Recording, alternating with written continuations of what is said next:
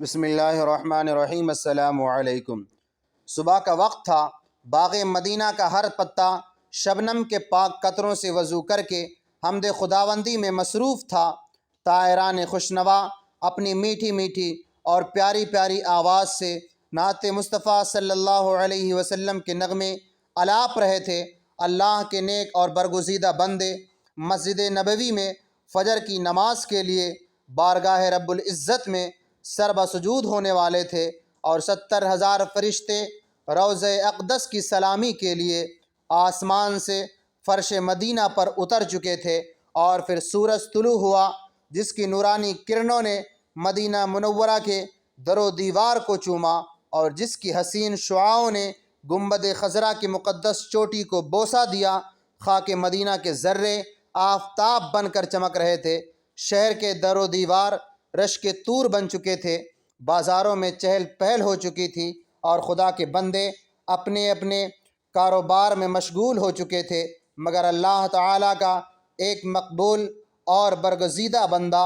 شور دنیا سے بے خبر اور ہنگامہ ہائے کاروبار حیات سے بے پرواہ اور مخلوق خدا سے بالکل علیحدہ اپنے ٹوٹے ہوئے حجرے میں ایک مصلی پر بیٹھا ابھی تک ذکر خدا اور تصور یار میں محو تھا۔ یہ مقدس انسان شہزادہ کونین تھا، نبی کا نور عین تھا، اور نام اس کا حسین تھا۔ اور پھر دروازے پر دستک ہوئی۔ یہ حاکم مدینہ ولید بن عقبہ کا قاصد تھا، جو ولید کا یہ پیغام لے کر آیا تھا کہ آج رات میرے غریب خانہ پر تشریف لائیں، علیحدگی میں کوئی ضروری بات کرنی ہے۔ امام عالی مقام نے قاصد کو یہ جواب دے کر کے رخصت کر دیا کہ انشاءاللہ ضرور آؤں گا۔ قاصد کے چلے جانے کے بعد نواس رسول پھر ذکر الہی میں مشغول ہو گیا، اور پھر جب شام کی زلف سیاہ رخ صبح پر پوری طرح بکھر گئی اور رات کی تاریکی نے دن کی روشنی کو اپنے دامن میں چھپا لیا، تو عشاء کی نماز سے فارغ ہو کر حضرت امام حسین اٹھے اور حاکم مدینہ کی قیام گاہ پر تشریف لے گئے۔ چونکہ ولید صحیح معنوں میں محب اہل بیت تھا، اس لیے اس نے بڑی عزت اور تکریم سے آپ کو مسند شاہی پر بٹھایا اور خود ہاتھ باندھ کر سامنے بیٹھ گیا۔ امام حسین نے فرمایا، مجھے کیوں بلایا گیا ہے؟ ولید نے یزید کا خط پیش کیا۔ امام عالی مقام نے خط پڑھا۔ یزید نے ولید کو لکھا تھا کہ عبداللہ بن عمر، عبداللہ بن عباس، عبد الرحمن بن ابو بکر اور حسین بن علی سے ترنت میری بیعت لی جائے۔ یزید کا خط پڑھ کر ہاشمی خون ابل پڑا اور چہرہ اقدس پر جلالت رقص کرنے لگی۔ پھر ساتھ ہی نانا مصطفیٰ صلی اللہ علیہ وسلم کی دی ہوئی شہادت کی خبر بھی یاد آ گئی، اور کربلا کا خونی منظر بھی آنکھوں کے سامنے آ گیا۔ خط واپس کرتے ہوئے فاطمہ کے لخت جگر نے فرمایا کہ میں حسین اور یزید کی بیعت، نواس رسول اور ایک فاسق و فاجر کی اطاعت، علی کا جایا اور ایک شریعت کے باغی کی غلامی، جگر گوشہ بطول اور ایک دین کے دشمن اور شخصی حکمران کی فرما برداری نہیں، یہ کبھی نہیں ہو سکتا۔ اے ولید، یزید کی بیعت سے میرا صاف انکار ہے، اس لیے کہ میرے وہ ہاتھ جو کبھی بوسہ گاہ رسول تھے آج یزید کے پلید ہاتھوں میں نہیں جا سکتے، اور میرا وہ سر جو شب و روز بارگاہ خداوندی میں جھکا رہتا ہے اور جس نے فاطمہ کا پاک دودھ پیا ہے، وہ ایک باطل پرست انسان کی اطاعت نہیں کر سکتا۔ اور جبریل علیہ السلام جس کے گھر کی دربانی کریں، فرشتے جس کا جھولا جھولائیں، اور خدا جس کے ناز دیکھے، اور مصطفیٰ صلی اللہ علیہ وسلم جس کو اپنے کندھوں پر اٹھائیں، وہ حسین آج امانت الہیہ میں خیانت کرنے والے اور دین کی حدوں کو توڑنے والے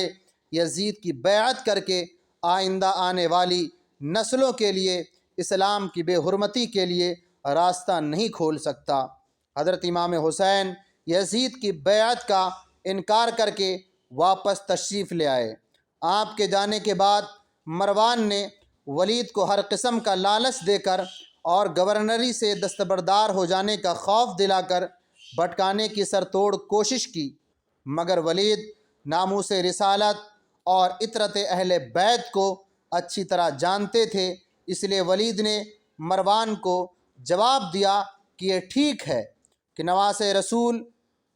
کو یزید کی بیعت کے لیے مجبور کر کے یا قتل کر کے مجھے بہت سا انعام ملے گا، سونے اور چاندی کے خزانے بھی ملیں گے اور عزت و توقیر بھی ملے گی، اور یزید کی حکم عدولی سے اپنے منصب سے معزول ہونے کا ڈر ہے، مگر میں ان تمام چیزوں سے بے نیاز ہوں اور مجھے مظلوم معزول ہونا تو منظور ہے، لیکن حضرت حسین کو قتل کر کے دوزخ کی آگ کا ایندھن بننا منظور نہیں ہے۔ رات گزری، صبح ہوئی تو نواس رسول نے مدینہ منورہ کے بازاروں میں اعلان کروایا کہ سب مسلمان بچے،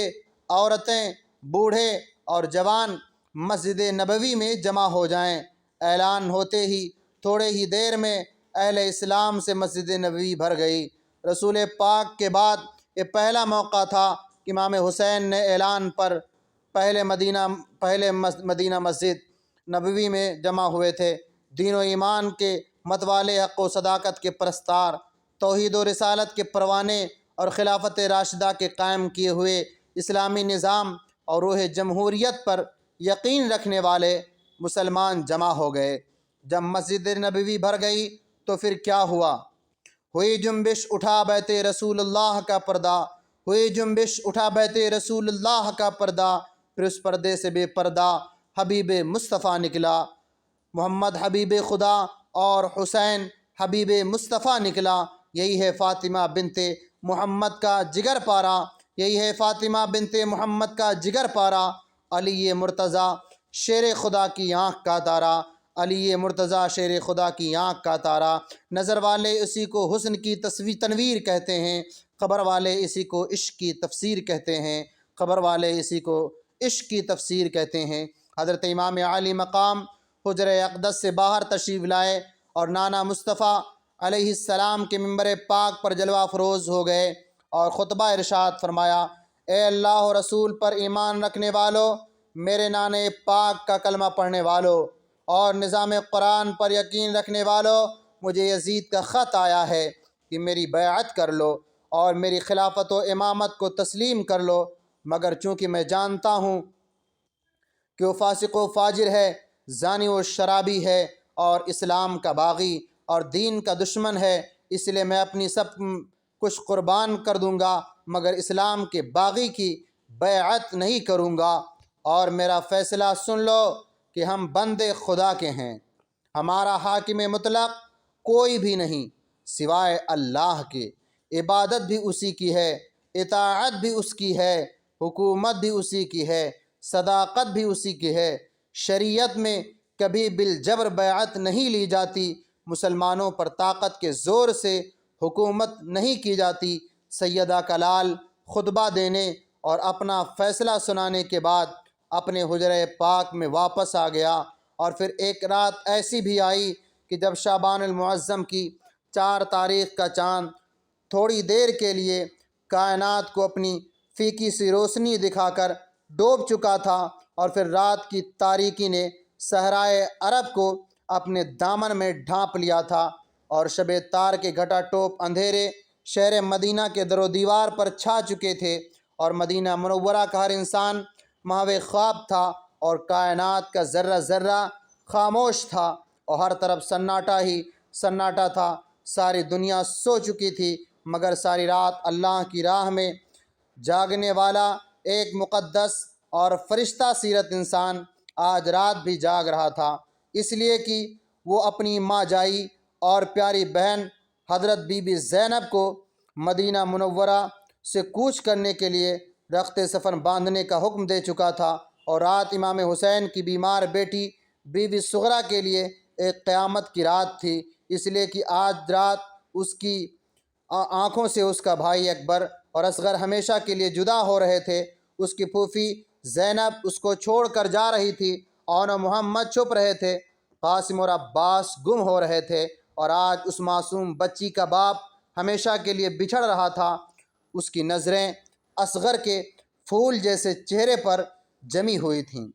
وہ اپنے بھائی کو بار بار سینے سے لگاتی تھی، بار بار منہ کو چومتی تھی۔ اس کا دل کانپ رہا تھا اور آنکھیں اشکبار تھیں،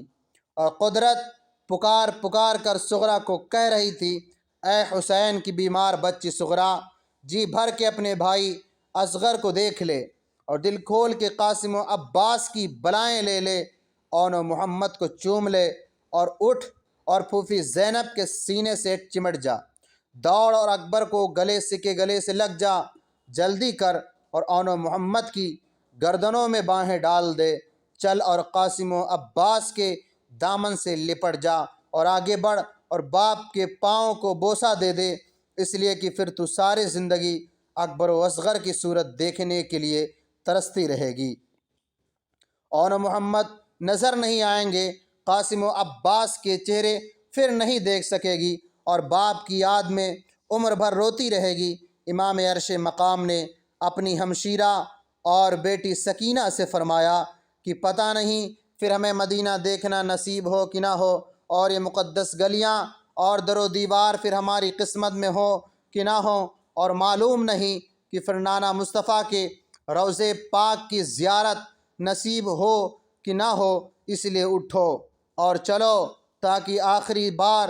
مدینہ کی گلیوں میں گھوم لیں، اس کے در و دیوار کو چوم لیں، اور نانے پاک کے روضہ انور پر حاضری دے آئیں، اور گنبد خضرا کی چوٹی کو آخری سلامی کرائیں۔ سیدہ زینب سر پر چادر تطہیر اوڑھی اپنے دونوں بچوں اون و محمد کو ساتھ لیا اور اپنے ماجائی بھائی حسین کے پیچھے پیچھے روانہ ہوئیں۔ شہزادہ دو عالم نے بیٹی سکینہ کی انگلی پکڑی، اور پھر اس طرح نبی کے گھرانے کا ایک مختصر سا قافلہ نبی کے روضے کی آخری زیارت کرنے اور نبی سے مدینہ چھوڑ دینے کی اجازت لینے کے لیے آہستہ آہستہ قدم اٹھاتے ہوئے کوہ حبیب کی طرف چلا جا رہا تھا۔ راستے میں حضرت زینب کو اپنی ماں خاتون جنت کی وہ بات یاد آ گئی، تو تڑپ گئیں کہ اے میری بیٹی زینب، جس طرح آج میں رات کی تنہائی میں اپنے جگر گوشے حسن و حسین کو لے کر اپنے باپ کے روضے کی آخری زیارت کے لیے جا رہی ہوں، ایک رات ایسی بھی آئے گی کہ آدھی رات کے وقت اپنے نانے پاک کے مزار پر انوار کو دیکھنے کے لیے تو بھی حاضر ہوگی۔ آج میرے ساتھ حسین و حسن علی ہیں، اور کل تیرے ساتھ اون و محمد ہوں گے۔ کتنا دردناک تھا وہ منظر، اور کتنا پر درد تھا وہ سما کہ سید المرسلین صلی اللہ علیہ وسلم کے کندھوں پر سواری کرنے والا حسین، اور دو جہاں کے والی کی عنبری زلفوں سے کھیلنے والا حسین، کہ یہ آج کبھی نانا مصطفیٰ علیہ السلام کے مقدس روضے کی دیواروں سے لپٹ کر روتا ہے، اور کبھی سنہری جالی کو چوم کر تڑپتا ہے، کبھی گنبد خضرا کی حسین چوٹی کی طرف حسرت بھری نگاہوں سے دیکھ کر آہیں بھرتا ہے، اور کبھی روضہ پاک کا طواف کرنے والے خوش نصیب کبوتروں کی ہو کی آوازیں سنتا ہے، اور پھر نواسۂ رسول کے دل سے ایک پردرد پرسوز آہ نکلی، اور روضہ پاک کی دیواروں کو کلاوے میں لے کر عرض کی، اے نانا جان، سلام اے جد امجد، اے میرا منہ چومنے والے، سلام اے جد امجد، اے میرا منہ چومنے والے، مجھے دوش نبوت پر اٹھا کر گھومنے والے، مجھے دوش نبوت پر اٹھا کر گھومنے والے، ذرا نظریں اٹھا کر دیکھ کس کا نور عین آیا، ذرا نظریں اٹھا کر دیکھ کس کا نور عین آیا، اٹھے نانا محمد تیرے در پر ہے حسین آیا، میں وہی حسین ہوں جس کے لیے آپ آگوش نبوت کھول دیا کرتے تھے، جس کے رونے سے آپ کا دل تڑپ جاتا تھا، جس کو آپ نے جنت کے جوانوں کا سردار فرمایا تھا، جس کو آپ نے جنت کا پھول کہا، اور میں آپ کے کندھوں پر سواری کرنے والا حسین، آپ کی عنبری زلفوں سے کھیلنے والا حسین ہوں، اور آج آپ کا وہی نواسہ، وہی حسین آپ کے مدینہ کو چھوڑنے کی اجازت طلب کرنے حاضر ہوا ہے۔ آپ کے روضہ اقدس کی سلامی کے لیے 70,000 فرشتے آسمان پر اترتے ہیں، آسمان سے زمین پر اترتے ہیں۔ آج آپ کا حسین بھی مدینہ پاک کی دیواروں کو چھوڑ کر جانے کی اجازت چاہتا ہے۔ نانا جان، میں نے بہت کوشش کی کہ آپ کا آستانِ رحمت نہ چھوٹے، اور گنبد خضرا آنکھوں سے اوجھل نہ ہو، مگر میں ہر طرف سے اور ہر طریقے سے مجبور ہو چکا ہوں اور میری ہر کوشش ناکام ہو چکی ہے، اور آج آپ کے مدینہ کی گلیاں مجھ سے چھوٹ رہی ہیں۔ دیس کو چھوڑ کر پردیس جا رہا ہوں، قیام گاہ سے نکل کر مسافر ہو رہا ہوں۔ آپ کا روضہ اقدس آنکھوں سے اوجھل ہو رہا ہے، گنبد خضرا چھپ رہا ہے، مگر یہ جو کچھ بھی ہو رہا ہے آپ کے دین کی حفاظت کے لیے، آپ کی شریعت کی رکھوالی کے لیے اور آپ کی امانت کی نگہداشت کے لیے ہو رہا ہے۔ مجھے یزید جیسے فاسق و فاجر اور باطل پرست حکمران کی بیعت کے لیے مجبور کیا جا رہا ہے، شریعت کے ایک باغی کی اطاعت کے لیے ڈرایا جا رہا ہے، مگر میں سب کچھ قربان کر کے آپ کے دین کی آبرو بچانے کا عہد کر چکا ہوں۔ نانا جان اٹھو، اپنے حسین کو گلے لگا لو، مجھے حوصلہ دو تاکہ راہ حق سے قدم ڈگمگا نہ جائیں۔ نانا جان اٹھو اور دیکھو، آپ کی نواسیاں زینب اور سکینہ بھی حاضر ہیں، اون و محمد بھی حاضر ہیں، ان کے سروں پر دست شفقت پھیرو، ان کی ڈھارس بندھاؤ، ان کے ڈوبتے ہوئے دلوں کو سہارا دو اور دامن رحمت سے ان کے آنسو پوچھو۔ نانا جان میری معصوم بیٹے صغرا بیمار ہے، اسے میں آپ کے حوالے کر کے جا رہا ہوں، وہ تنہائی میں گھبرائے نہ، میری جدائی میں چلائے نہ، اس کا خیال رکھنا۔ اور پھر امام عالی مقام نے اوپر نگاہ اٹھائی تو سفید سفید کبوتروں کو اپنے سروں کو جھکائے اور اپنے پیروں کو دیواروں سے چمٹائے تصویر محبوب میں گم دیکھا۔ آپ کی آنکھوں میں آنسوؤں کی جھڑی لگ گئی اور ان کبوتروں کو مخاطب ہو کر کے فرمایا، اے میرے پیارے نانے کے روضہ اقدس کا طواف کرنے والے خوش قسمت پرندوں، اور اے سید المرسلین علیہ السلام کے گنبد خضرا سے چمٹنے والے خوش نصیب کبوتروں، تم کتنے خوش بخت ہو کہ دن رات اور صبح و شام اس آستانِ رحمت کے ارد گرد چکر لگاتے رہتے ہو، اور تم کتنے خوش نصیب ہو کہ سکون دل اور راحت جان حاصل کرنے کے لیے میرے نانے کے روضے کی دیواروں سے چمٹ جاتے ہو۔ مگر حسین کتنا کم نصیب ہے کہ اس مرکز رحمت کو چھوڑ کر جا رہا ہے، اس آستانہ فیض و کرم سے جدا ہو رہا ہے، اور اس سرچشمہ رشد و ہدایت سے دور جا رہا ہے، اور اس جلوہ گاہ حسن ازل سے محروم ہو رہا ہے۔ اور حسین بھی نہ آج کے بعد یہ رشک جنت گلیاں، یہ سنہری جالی اور یہ حسین در و دیوار پھر نہ دیکھ سکے گا۔ بس پھر تربت رسول اکرم علیہ السلام تھرائی اور دل مصطفیٰ تڑپ گیا۔ پھر آواز آئی، میرے پیارے حسین جاؤ، میری طرف سے اجازت ہے، ضرور جاؤ، اسلام کی ڈوبتی ہوئی کشتی کو سہارا دے کر کنارے پر لگانے کے لیے جاؤ، دین کی بجھتی ہوئی شمع کو اپنے خون سے جلانے کے لیے جاؤ، حق اور صداقت کے علم کو لہرانے کے لیے جاؤ، اور امانت خداوندی کی حفاظت کی خاطر شہادت پانے کے لیے جاؤ، اور پھر نیزے پر چڑھ کر دنیا کو قرآن سنانے کے لیے جاؤ۔ مگر بیٹا حسین یہ یاد رکھنا، تیروں کی بارش بھی ہوگی، نیزوں کا میہ بھی برسے گا، تلواروں کی بجلیاں بھی چمکے گی، مصیبتوں کے پہاڑ بھی ٹوٹیں گے، مصیبتوں کے طوفان بھی اٹھیں گے، اور تمہاری آنکھوں کے سامنے اکبر کی لاش پر گھوڑے بھی دوڑیں گے، تمہاری جھولی میں اصغر کے حلق پر تیر بھی پیوست ہوگا، اون و محمد کی لاشیں بھی رہیں گی، قاسم کا صحرا بھی لیا جائے گا، عباس کے بازو بھی قلم ہوں گے، اور پھر تمہارا سر بھی نیزے پر چڑھے گا، مگر بیٹا حسین تمہارے پاؤں میں لغزش نہ آئے، تمہارے عزم اور استقلال میں فرق نہ آئے، اور زبان سے کوئی شکایت بھی نہ نکلے۔ تم نبی کے نواسے ہو، نبوت کی آبرو رکھنا، تم نبی کے بیٹے ہو، سخاوت کی عزت بچانا، اور تم فاطمہ کے لال ہو، دودھ کی لاج رکھنا، نواسے رسول ہو، قربانی ہنس کر دینا، جگر گوشہ بطول جان مسکرا کر کے دینا، اور حیدر کے بیٹے ہو، سخاوت خوشی سے کرنا۔ اب جاؤ اور میں تمہارا انتظار کروں گا۔ نانے پاک کی صدائے حق سے مظلوم کربلا کو تسکین ہو گئی، پیاسے نے آب حیات پایا، بیمار کو شفا ہوئی اور دکھی دل کو چین ملا۔ بی بی زینب نے روزے کی دیواروں کو بوسا اور اپنی چادر دیواروں سے ملی تاکہ تنہائی و غریب الوطنی میں جب کبھی بھی دل گھبرائے تو اس چادر کے دامن سے نان پاک کی خوشبو سونگھ کر تسکین دل حاصل کر لوں گی۔ ادھر بچی سکینہ نے روزے اقدس کو کلاوے میں لیا، چیخیں نکل گئیں اور پھر روزے کی جالی کو چوما اور کہنے لگی، نانا آپ کا پیارا شہر چھوٹ رہا ہے۔ فاطمہ کے لال نے بیٹی کو اٹھایا، سہارا دیا، فرمایا بیٹی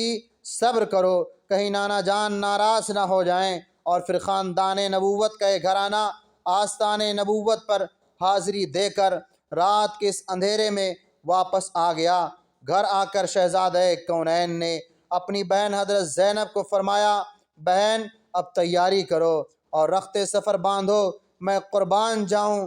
اس سید عالم کے اور میں نثار امام حسین کے اس غمخوار بہن کے کہ جس نے مدینہ کی گلیوں سے لے کر شام کے قید خانے تک اپنے بھائی کا ساتھ دیا۔ میں فدا حضرت حسین کی اس جانثار بہن کے جس نے کربلا کے میدان میں اپنے دونوں بچوں اون و محمد کو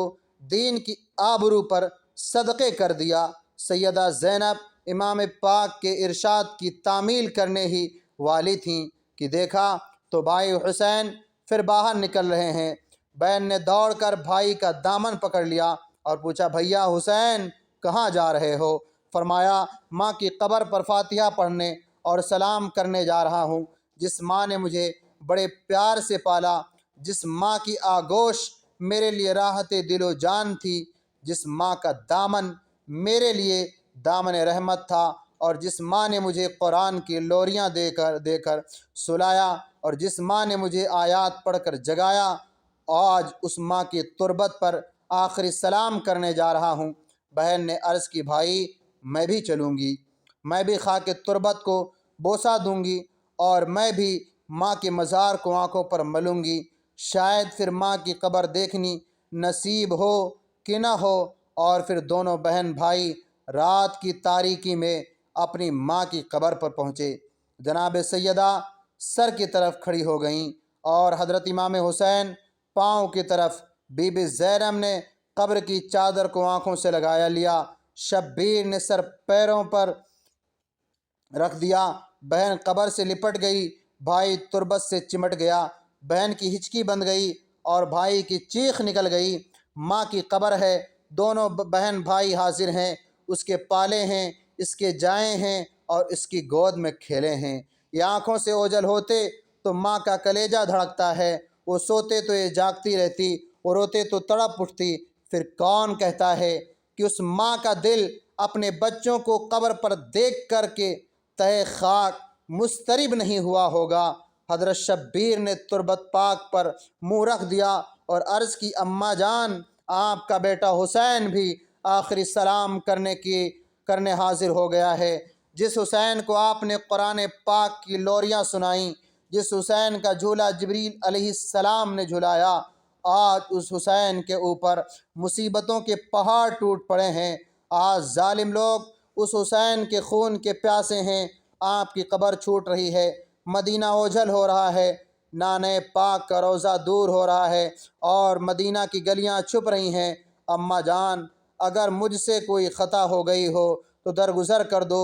اور کوئی غلطی ہو گئی ہو تو معاف کر دو۔ اور پھر جی بھر کے روئے، آنسوؤں کے چند قطرے قبر پر بھی گرے تو قبر کو حرکت ہوئی اور ایک خاک سے آواز آئی، میرا بچہ حسین ایسا نہ کرو، کہیں قبر نہ پھٹ جائے اور مجھے کفن پھاڑ کر باہر نہ آنا پڑے۔ بیٹا جاؤ، میں وعدہ کرتی ہوں کہ کربلا کے حق و باطل کے خونی معرکے میں جب تم زخمی ہو کر گھوڑے کی زین سے گرو گے تو میری جھولی کھلی ہوگی۔ ماں تھی تڑپی کیوں نہیں، ممتا تھی مضطرب ہوتی کیوں نہیں، اس کی یتیم بیٹی تربت سے لیٹی تھی، اس کا یتیم بیٹا قبر پر حاضر تھا۔ جناب سیدہ زینب کی آہ نکلی، اے اماں جان، دنیا کا رواج ہے کہ بیٹیاں پردیس جاتی ہیں تو مائیں ودا کرتی ہیں، منہ چومتی ہیں، گلے لگاتی ہیں اور دور تک ساتھ جاتی ہیں۔ میں بھی آپ کی بیٹی ہوں، لخت جگر ہوں اور نور نظر ہوں۔ میں بھی دیش چھوڑ کر پردیس جا رہی ہوں، مدینہ چھوڑ کر کربلا جا رہی ہوں، اور نان مصطفیٰ کا روضہ چھوڑ کر کوفہ کے ریگستان کو جا رہی ہوں۔ اٹھو، مجھے پیار دو، مجھے سینے سے لگاؤ اور اپنی صورت پاک دکھاؤ۔ ثانیہ زہرا کی آنکھوں سے آنسوں کی جھڑی لگ گئی، قبر فاطمہ تھرا اٹھی، روح کائنات کانپ گئی، عرش اعظم لرز گیا اور مدینہ کے در و دیوار ہل گئے۔ پھر تربت زہرا سے آواز آئی، بیٹی زینب رونا بند کرو، امتحان صبر سے دو اور میرے دودھ کی لاج رکھ لو۔ سیدہ زینب کو چونکہ امام عالی مقام کی طرف سے تیاری کرنے کا حکم مل چکا تھا، اس لیے واپس گھر آتے ہی رخت سفر باندھنے میں مصروف ہو گئیں۔ پھر سیدہ زینب نے امام نے سامان کی ایک چھوٹی سی گٹھری باندھی۔ اس گٹھری میں لال و جواہرات نہیں تھے، ریشمی چادر نہیں تھیں، سونے اور چاندی کے برتن نہیں تھے۔ اس گٹھری میں 2 سیر ستو تھے، مٹی کے 4 پیالے تھے، پانی کا ایک مشکیجہ تھا، جو کی چند روٹیاں تھیں، کھجور کا ایک ڈبہ تھا، ماں فاطمہ کی ایک چادر تھی، بھائی حسن کا ایک پٹکا تھا، باپ علی کی تلوار تھی اور نان مصطفیٰ کی ایک دستار تھی۔ سامان سفر تیار ہو گیا تو سیدہ زینب نے ان گھروں کو کنڈی لگایا جن میں قرآن پاک نازل ہوتا تھا۔ حضرت جبریل علیہ السلام آیا کرتے تھے، رسول پاک جلوہ افروز ہوتے تھے، نگاہ فطرت دیکھا کرتی تھی۔ آج اصغر اکبر بھی ساتھ ہیں، اون و محمد بھی ہمراہ ہیں، اور میرے بھائی عباس و حسین بھی جا رہے ہیں، مگر جب میں واپس مدینہ آؤں گی تو نہ اکبر ساتھ ہوگا، نہ اصغر، نہ اون و محمد ہوں گے، نہ عباس و حسین۔ امام عالی مقام نے بہن کی آواز سنی تو پاس آئے، بہن کے سر پر ہاتھ رکھا اور فرمایا، بہن صابروں کی اولاد ہو، صبر کرو، کہیں نانا مصطفیٰ ناراض نہ ہو جائیں۔ اور پھر امام نے بہن کے سر پر ہاتھ رکھا، اکبر نے کلثوم کی انگلیاں پکڑی اور عباس نے شہربانوں کو سہارا دیا۔ امام نے فرمایا، چلو نکل چلیں۔ آخر کارواں کے چلنے کا وقت بھی آن پہنچا۔ صبح کے ستاروں نے رات کی سیاہی کا پردہ چاک کیا اور مؤذن کی صدائے توحید و رسالت نے مدینہ والوں کو فجر کی نماز کے لیے بلایا، اور پھر سورج طلوع ہوا اور در و دیوار روشن ہو گئے، رات کا اندھیرا ختم ہو گیا۔ مدینہ منورہ کے رہنے والوں کو حضرت امام حسین کے مدینہ چھوڑ کر جانے کا اس وقت پتہ چلا جس وقت اونٹوں پر سامان لادا جا چکا تھا، کجاوے تیار ہو چکے تھے، ناموس رسالت کی پردہ دار بیویاں شکستہ ہی اماریوں پر سوار ہو چکی تھیں، اور شہزادہ علی اکبر اونٹوں کی مہار پکڑ چکا تھا۔ مدینہ والوں نے اہل بیت کے اس مقدس اور نورانی قافلے کو مدینہ سے رخصت ہوتا دیکھا تو ایک کوہرام مچ گیا، ایک حشر برپا ہو گیا اور ایک قیامت آ گئی۔ مدینہ کے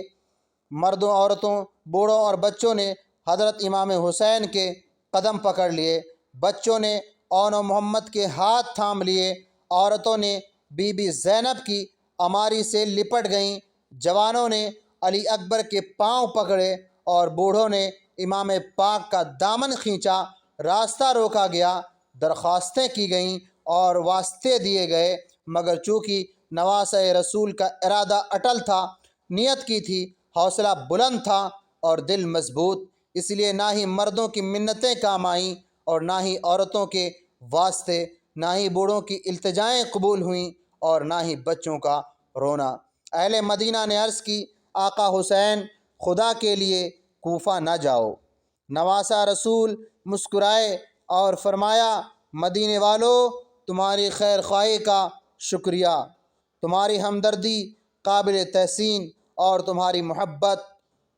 و عقیدت کے نثار، مگر مجھے جانا پڑے گا عظمت قرآن کی خاطر، مجھے جانا پڑے گا عظمت قرآن کی خاطر، مجھے جانا پڑے گا حرمت ایمان کی خاطر، مجھے جانا پڑے گا حرمت ایمان کی خاطر۔ نہیں جاتا تو پھر حیدر کے گھر کی آن جاتی ہے، نہیں جاتا تو پھر حیدر کے گھر کی آن جاتی ہے، تمہارا دین میرا غیرت ایمان جاتی ہے۔ میں جاتا ہوں کہ دنیا میں وفا کا نام رہ جائے، میرا کچھ نہ رہے لیکن خدا کا نام رہ جائے۔ فاطمہ کے لال کی بیمار بیٹی صغرا کو ابھی تک یقین تھا کہ وہ بھی ساتھ ہی جا رہی ہے، لیکن اسے اپنے بھائیوں سے بچھڑنے، پھوپھی زینب سے جدا ہونے کا، اون و محمد سے دور رہنے کا، ماں شہر بانو کی شفقت سے محرومی کا اور باپ حضرت حسین کے سائے عاطفت سے الوداع ہونے کا اس وقت پتہ چلا جب امام پاک نے اپنی بیمار بیٹی کو کلاوے میں لے کر روتی ہوئی آنکھوں سے فرمایا، تم بیمار ہو اس لیے مدینہ میں رہو۔ شفیق باپ کی زبان سے یہ سن کر صغرا بے ہوش ہو کر گر پڑی۔ ہوش آئی تو پھوپھی زینب کے دامن سے لپٹ گئی، کبھی عباس کے پاؤں پکڑتی، کبھی قاسم اور عباس کے آگے ہاتھ جوڑتی، قافلے والو خدا کے لیے مجھے بیمار کو بھی ساتھ لے چلو۔ وہ ماں کے دامن سے لپٹ کر روئی، باپ کے قدموں میں گر کر چلائی اور وہ بھائیوں کے پاؤں پکڑ کر چیخی، مگر اس کا رونا کام نہ آیا اور اس کی فریاد سود مند نہ ہوئی، اور وہ پھر باپ کے پاؤں سے لپٹ گئی، ہاتھ جوڑے اور عرض کی، بابا مجھے کس کے سہارے چھوڑ کر جا رہے ہو؟ یہاں میرا کون ہے؟ میں کہاں جاؤں گی؟ کدھر دیکھوں گی اور کسے پکاروں گی؟ ہائے ابا جان، میں بیمار ہوں، دوا کون دے گا؟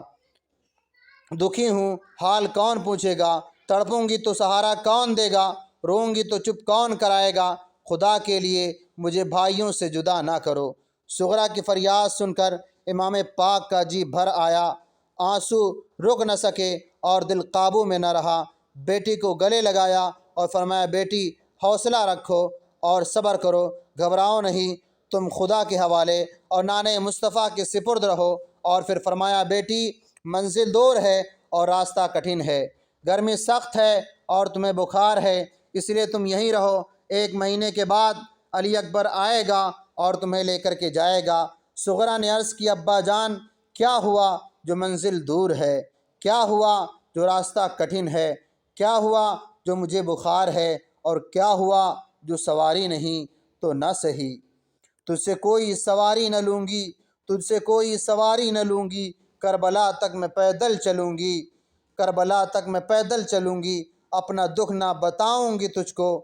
اپنا دکھ نہ بتاؤں گی تجھ کو، راہ میں نہ ستاؤں گی تجھ کو، جب کبھی دل گھبرائے گا میرا، دیکھ لوں گی میں اصغر کا چہرہ، دیکھ لوں گی میں اصغر کا چہرہ، خالی جھولا جھلاؤں گی کس کو، لوریاں دے کے سلاؤں گی کس کو، نہ اکیلی مجھے چھوڑو بابا۔ ابا جان مجھے سواری کی ضرورت نہیں ہے، جس گھوڑے پر میرا بھائی اصغر سوار ہوگا میں اس گھوڑے کے آگے آگے دوڑتی جاؤں گی۔ گرم لو کے تھپیڑے قبول ہیں، بھوک اور پیاس منظور ہے، پہاڑوں سے ٹکرا جاؤں گی، ندیاں چیر لوں گی، مگر خدا کا واسطہ مجھے چھوڑ کے نہ جاؤ۔ بیٹی سمجھ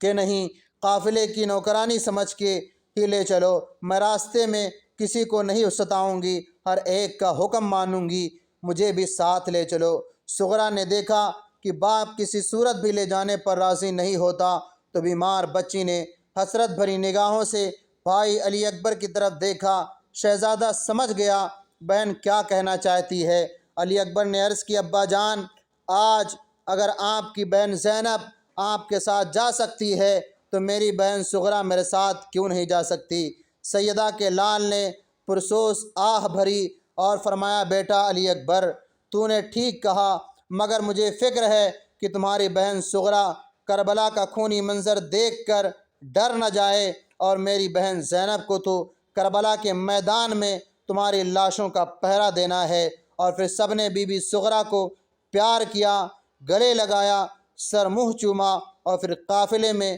ایک حشر برپا ہو گیا، ہر ایک جی بھر کے رویا، اور پھر ان کے ساتھ زمین والے بھی روئے اور آسمان والے بھی، فرشتے بھی روئے اور عرش والے بھی، اور حور و غلماں بھی روئے اور جنت کے رضوان بھی، اور روتے بھی کیوں نہ، باپ حسین اپنی بیمار بچی سے ہمیشہ کے لیے رخصت ہو رہا تھا، ماں شہر بانو اپنی لخت جگر کو چھوڑ کر جا رہی تھی، بھائی علی اکبر اپنی پیاری بہن سے ہمیشہ کے لیے جدا ہو رہا تھا، اور قاسم و عباس تا ابد بچھڑ رہے تھے، امام پاک نے آسمان کی طرف نگاہ اٹھائی اور بارگاہ رب العزت میں ہاتھ اٹھا کر دعا کی، یا رب یتیم بے کس و تنہا کی خیر ہو، یا رب یتیم بے کس و تنہا کی خیر ہو، میں جا رہا ہوں میری صغرا کی خیر ہو، میں جا رہا ہوں میری صغرا کی خیر ہو۔ اور پھر آخری بار مدینہ کے در و دیوار کو دیکھا اور گنبد خضرا کی طرف